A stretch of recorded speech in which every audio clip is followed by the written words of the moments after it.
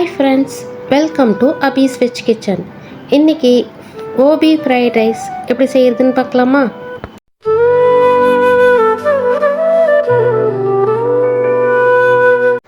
இதுக்கு நம்ம ஃபஸ்ட்டு சாதம் வடிச்சுக்கலாம். அதுக்கு ஒரு பாத்திரத்தில் கொஞ்சமாக தண்ணி வச்சு ஒரு ஸ்பூன் ஆயில் சேர்த்து நல்லா கொதிக்க விடுறேன்.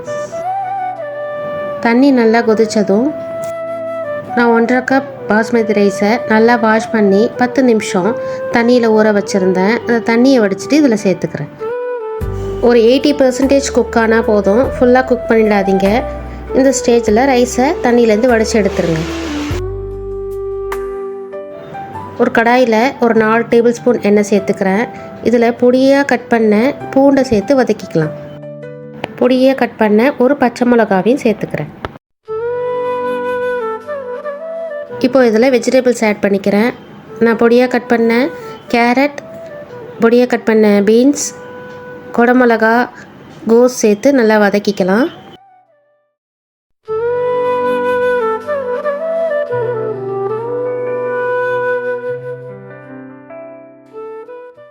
அந்த எண்ணெயிலேயே காய் நல்லா வதங்கிடும். ஒரு 2 மினிட்ஸ் வதக்குனிங்கன்னா போதும். இதுக்கு தேவையான உப்பு சேர்த்துக்கிறேன்.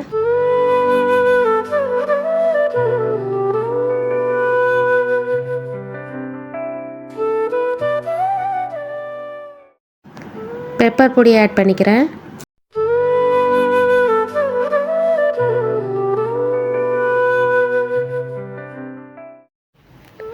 ஒன்றரை ஸ்பூன் சோயா சாஸ் ஆட் பண்ணிக்கிறேன்.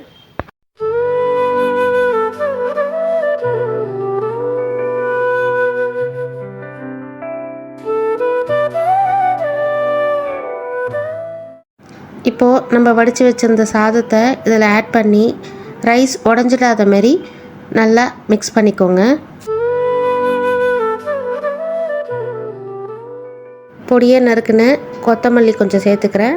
உங்கள்கிட்ட ஸ்ப்ரிங் ஆனியன் இருந்ததுன்னா நீங்கள் அதை சேர்த்துக்கோங்க, இனிமேல் நல்லாயிருக்கும்.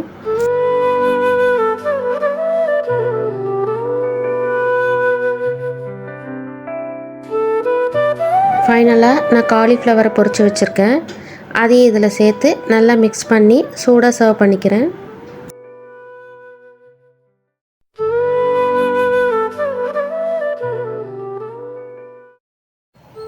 Gopi fried rice ready.